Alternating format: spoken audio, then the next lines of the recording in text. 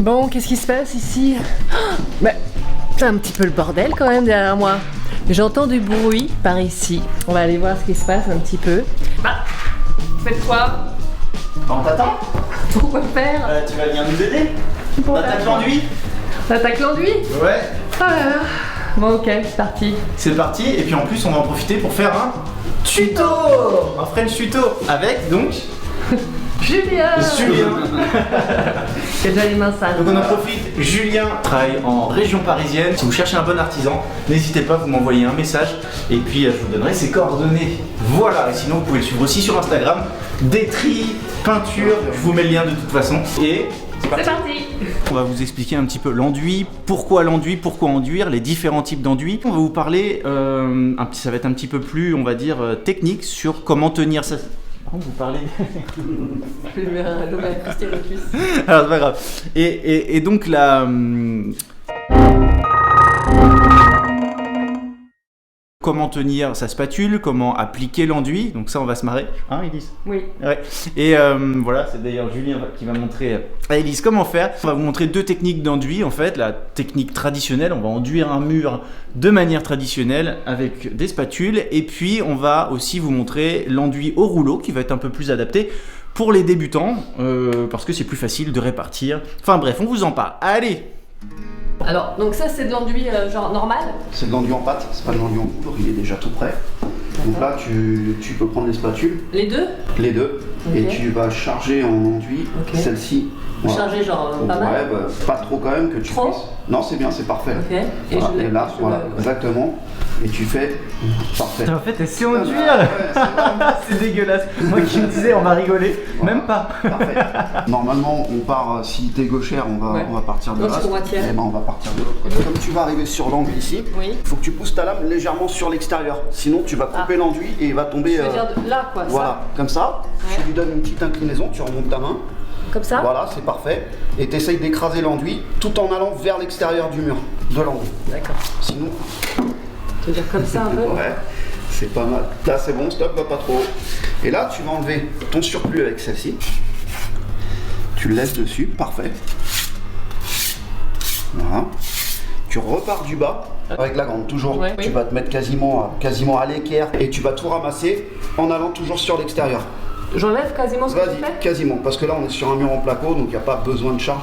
Laisse l'inclinaison quasiment à l'équerre à chaque fois, ce qu'on appelle un ratissage. Non, c'est pas ouf en bas. Voilà, en bas, faut vraiment que tu démarres Ouais. comme sur le reste, quoi. Là on n'a pas de charge à mettre, donc c'est pas mal. Pour un premier coup de lame. Si je peux me permettre, essaye de voir si c'est plus facile pour toi de le tenir comme ça. Ah. Alors Parce après, que ça peut te faire plus de force sur le. Tu vois, parce que sinon t'as tout sur le poignet. ce qu'il faut quand tu tiens une lame, faut éviter, c'est soit d'appuyer tout au milieu, parce que tu vas creuser tes enduits.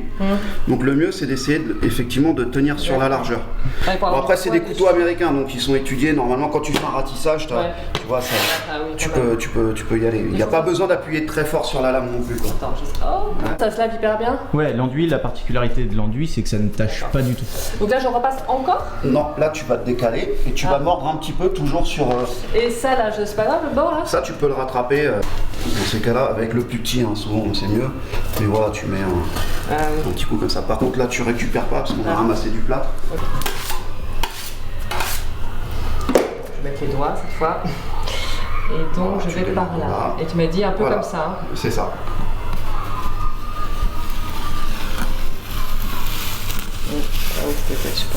J'enlève. T'enlèves. Alors là, quand tu vas ratisser, tu vas faire attention parce que tu as un peu de charge ici. Ouais. Tu vas repartir avec ta lame D'accord. dans l'alignement de l'angle. Et là, tu m'as dit quasiment à... Ouais, quasiment à l'équerre. Et du bas jusqu'en haut. Sans trop appuyer au milieu de la lame. Sans trop appuyer. Voilà, tu la laisses. Ça doit glisser. Voilà, c'est parfait. C'est nickel. Je pense que tu t'en sors super bien. Pas mal. Hop, voilà. Voilà, ça fait une petite marque là. Ouais, mais c'est rien. De toute façon, tu auras deux passes. Et puis, ça, alors, quand tu veux estomper ça, tu reprends ta lame. Et regarde, par exemple, là, tu fais comme ça. Et tu la couches plus. Ah, et tu Tu vois, bon, là, on a évidemment ramassé Ouais. une saloperie avec. Et puis, Voilà, et puis après tu peux le lisser au fur et à mesure. Quand on fait un apprentissage, souvent, avant de savoir enduire, on vous fait faire ça constamment. Il faut que tu arrives à que tu sois fluide dans tout ça. Et de temps en temps, passer un petit coup derrière parce que ton enduit, il fait des petites crottes quoi, qui sèchent et puis ça se remélange dans l'enduit frais puis ça te fait des rayures partout. Voilà. Donc quand on commence en peinture, le premier geste qu'on t'apprend à faire, on te donne de l'enduit, des lames et tu t'apprends à faire ça. On va faire ça chez vous. Voilà. On va faire ça déjà. Faut pas trop le répartir non plus. Parce que sinon il va dégueuler sur les bords. Quand tu vas appuyer sur la lame, ça va tomber par terre. Mais tout ça, c'est des gestes qui vont venir avec.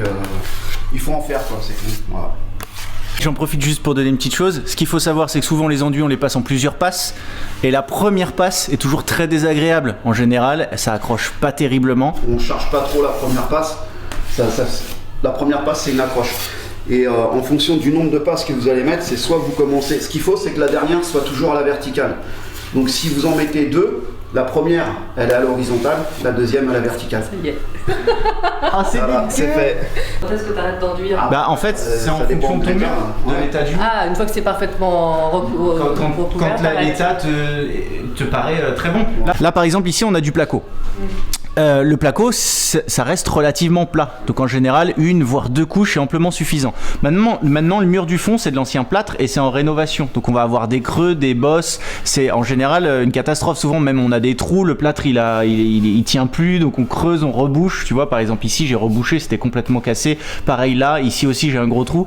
Donc là, on va devoir faire plusieurs passes, charger beaucoup plus. Sur ton chantier, en fait, tu commences par quel type d'enduit en général quand tu dois rénover une pièce, par exemple? Tu peux le travailler en forte épaisseur, c'est pour reboucher les fissures, les trous, tout ce qu'il y a à préparer avant de faire des enduits de finition. Le reboucheur, il sèche un peu plus vite, il se ponce très très bien. Ouais, c'est vraiment pour reboucher et on fait pas d'enduit de finition avec un reboucheur. D'accord. Donc en gros, si on résume, reboucheur, forte épaisseur, ça adhère de fou, voilà. Ça se ponce très bien, voilà. Et ça sèche en général assez rapidement. Ça sèche rapidement et puis ça fissure pas quand tu charges quoi.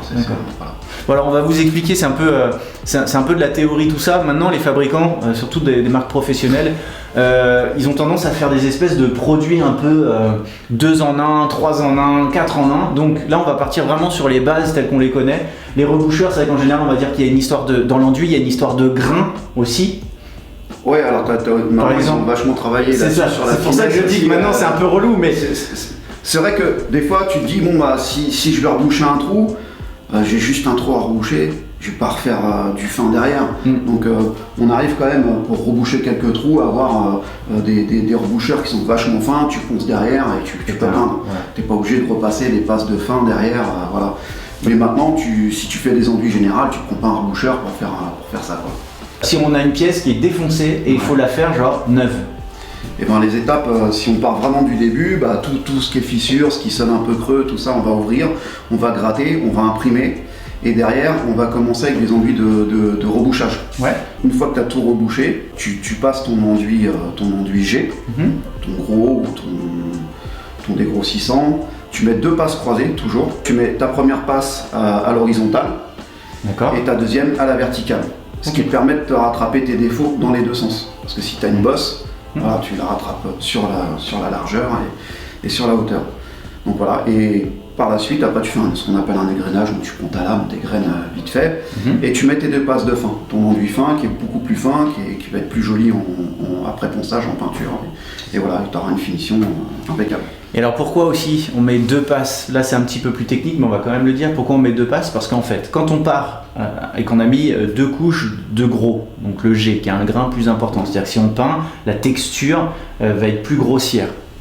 C'est pas un enduit de finition.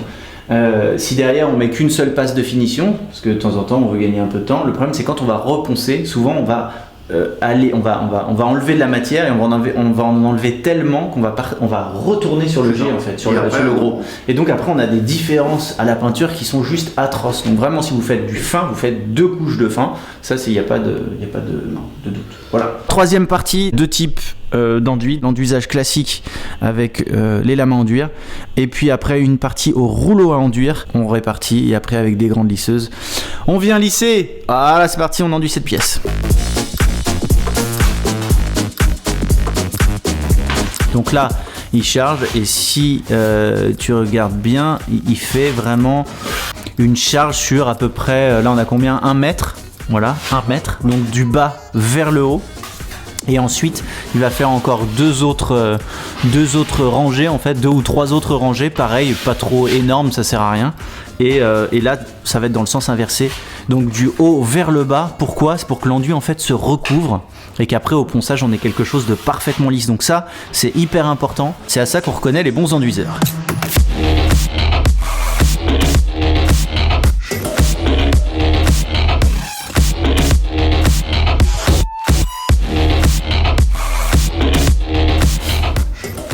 Donc là, Julien, tu commences par une passe horizontale. C'est ça. Quand on fait une passe horizontale, en gros, on va rattraper les vagues qui sont comme ceci. Voilà, puisqu'en fait, on vient couvrir comme ça. Forcément, s'il y a une passe comme cela, on vient remplir et égaliser. Et quand on fait une passe horizontale, on vient régulariser les vagues qui sont dans ce sens-là.